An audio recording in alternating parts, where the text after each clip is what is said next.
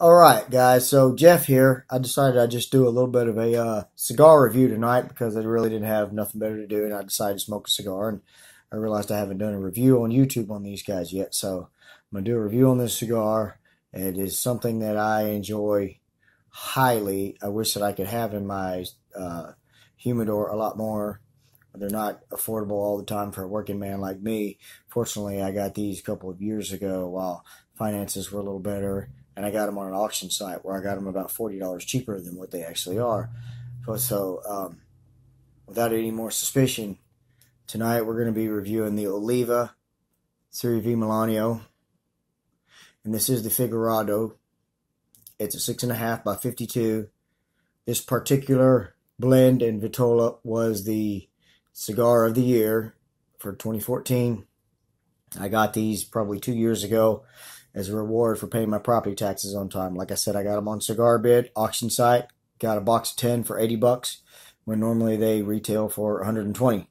As you can see, very beautiful milk chocolate cigar with some modeling, real nice modeling to it.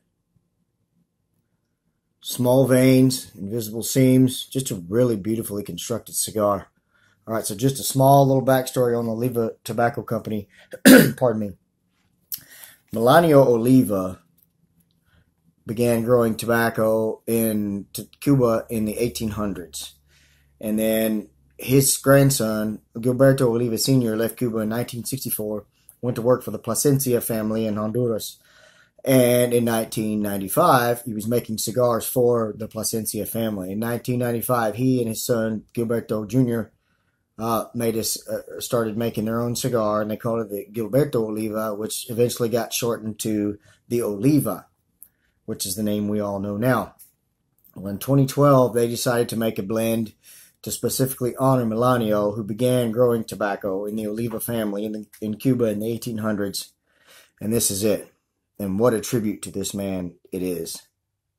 So we're going to cut this thing up, and we're going to get a little start on it and give you some our thoughts on this thing. Now, I've had some before, so I know what they're like, but I'm going to try to express it to you all as we go along. This is a very nice cigar. Very, very smooth. One of the smoothest cigars I think I have had personally. All right, so on the wrapper, we've got some very nice, it's just sweetness. Like a dry, dusty cocoa and a little hay. The foot's the same way. Pretty much the same aromas. You can really smell the well-aged tobacco. All right, on the pre-light. Oh, wow, a lot of the same. Get a lot of hay, a little caramel. And a little bit of a cocoa. It all really hits you right there on the palate, right off the bat. So I'm going to go ahead and toast this thing up and get a few pulls on it, give you my initial opinion, and then I will get into this thing a little bit and give you some more and try not to run too long in this video.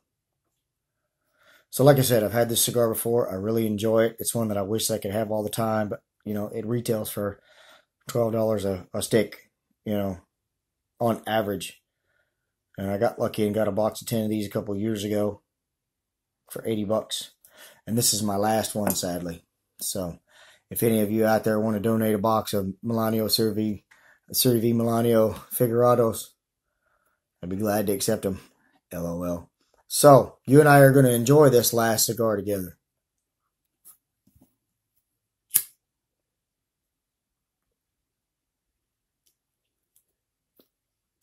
The one thing I like about the figurado roll is it's so much easier to toast and light.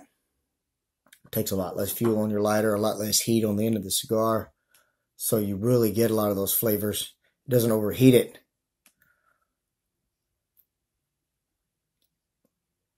But of course, that's at the sacrifice of the draw sometimes. Okay, like I said initially, very smooth. A lot of the same flavors, really. A lot going on flavor-wise, but it's a lot of the same things that I've described so far.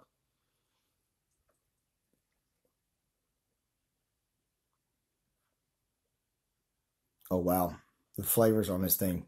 right off the bat, just really smack you right in the palate. And it's really, like I said, a mixture of everything that I have described so far. The sweet, dry, dusty cocoa. There's a little woodiness in there, a caramel that kicks up, very smooth, and there's a little pepper tingle on the tongue.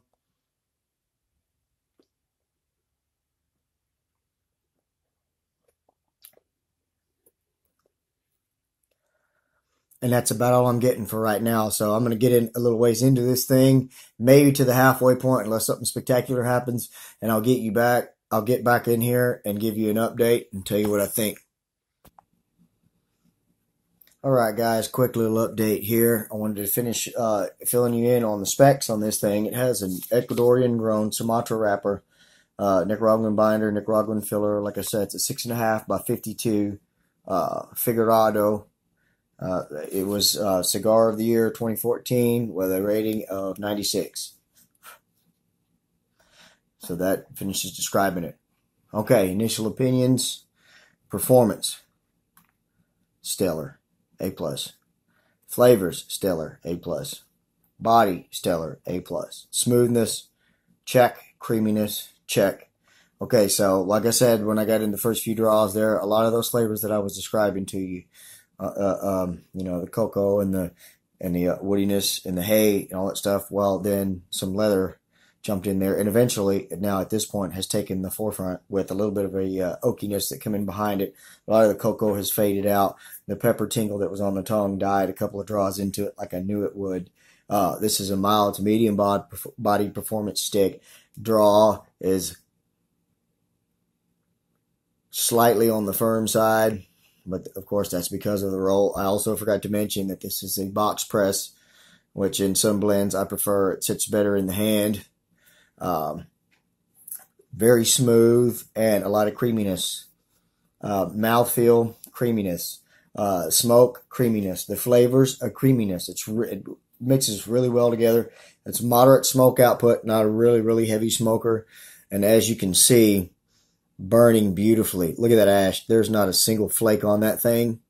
Now that is a tight ash. But that joke's going to get old eventually. But look, as you can see, you can tell this is a very well-made cigar. This was definitely made to honor someone and made the right way. If you know anything about Oliva cigars, they're notorious for making award-winning blends like this one right here. Anyway, I'm going to get up to the band point, and then I'll get back to you and let you know what I think at that point. All right, guys, so I just wanted to conclude my review on the construction of this cigar right now by not having to say any more and let this ash speak for itself. And the burn line that you can see. That is a sign of a very well-made cigar. That ash is every bit of 1.5 to 2 inches. And it's still nice and firm. And I have not been gentle with this thing. And this ash has not fallen off yet. And if I were a betting man, I would say that it was going to get all the way to the band line. So anyway, that's my conclusion of the review on the construction. When I come back, I'll give you my thoughts on the flavors and the performance. All right, so here we are back at the first band point. As you can see, the ash dropped not 10 minutes after I finished that last segment. It dropped off in a nice solid thunk on the table, and I had to get my hand vacuum out and suck it all up. Anyway, still no complaints out of this thing. There has been a little bit of shift in the flavors. Pardon me. My nose was itching. After I did that last segment, you know, we had a lot of the leather, a lot of the caramel, a lot of hay and some cocoa and stuff like that. And then it started shifting over when I finished that last segment and started to continue. You know, that leather was still there and it was kind of on the forefront. And it was still very smooth now. And then I started to catch a little milk chocolate.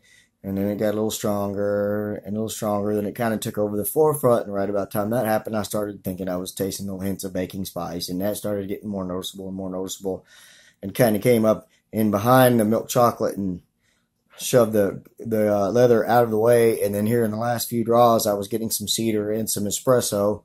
So it's really shifted over to a different flavor profile. Performance is still the same. Draw is still the same, just a little firm, mild to medium strength, medium bodied at best, and full flavored, definitely. Other than that, no complaints so far. I'm going to get down to the tail end of this thing and give you my final opinion. All right, guys, so final thoughts. Again, construction, beautiful, flawless. Performance, very nice. Like I said, slightly firm draw, but other than that, it's been performing and burning wonderfully the whole time. The flavors kind of stayed the same after I got to the halfway point there, with the espresso kind of taking the forefront. A couple of the others jostling for second place there with the milk chocolate and the baking spice. There was a whole lot of that, just flavor, flavor, flavor. And then in the last few draws here, I got a little bit of a butteriness kind of on the draw there. Very, very wonderful flavors. The body started out mild to medium and then kind of shifted over to medium and then medium to full. So this is a cigar for just about anybody. The strength stayed mild to medium the whole time. Flavors were medium to full throughout most of the whole thing, more towards the fuller side here toward the end. I really really love this cigar right here. So my final opinion is, great cigar, yes. Worth the $12 price point? In my opinion, absolutely. Now, I've had some $15, $20 sticks that don't hold a candle to this cigar, and I was fortunate enough to get these for $8 a stick. Unfortunately, tonight, this is my last one, but I'll make sure to get some more of these. I love this cigar. If you guys love a good mild to medium cigar with flavor, especially smooth and creamy, you got to get some of these. They're in stock in several places right now. And my final thought on this cigar, if this is a tribute to the man, I'd like to have met that man. It must have been one hell of a man, because this is one hell of a cigar. Thank you guys for watching. I hope this was informative to some of you cigar smokers out there. If you liked it, give it a thumbs up. If you don't, comment, subscribe, whatever. I don't care. Thanks for watching. Later.